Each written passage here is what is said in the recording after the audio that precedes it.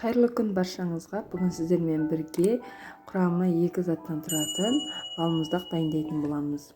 Менде питмо сливкасы 500 грамм сливка миксеріміздің ысына құямыз.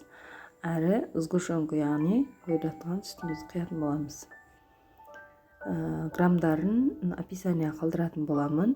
Қатты көпіртіп не істеу қажет емес, аздап араластырғаннан кейін дайын болады. Өзімізге ыңғайлы ыдысымызға бәрін құйып алатын боламыз. Үйіңізде бар формаменен немесе осындай кондитер дүкенде сататын осындай формаға құйсаңыз болады.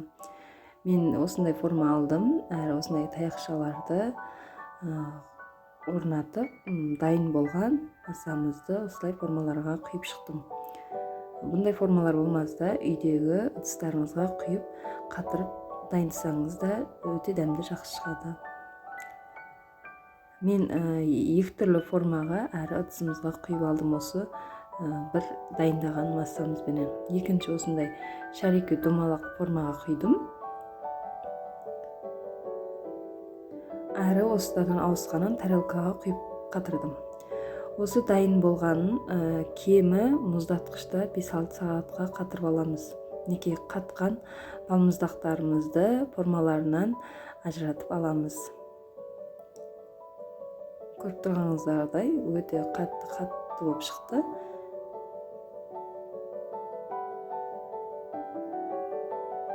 Оны тарелкаларымызға жайғастырып, үстерін өздеріңіз қалағанша сәндесеңіз болады. Мына шарик формаға құйғаным өте әдемі болып шығады.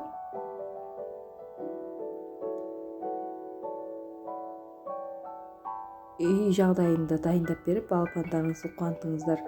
Үстін осындай шоколадпенен әрлесеңіз де болады. Өзіңіздің қалағанша әрлеп балапандарыңызды қуантсаңыз болады.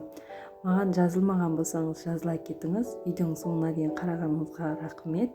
Менде алдағы уақытта қандай рецепт күтсеңіз комментарийға қалдырып кетіңіз. Аман болыңыз.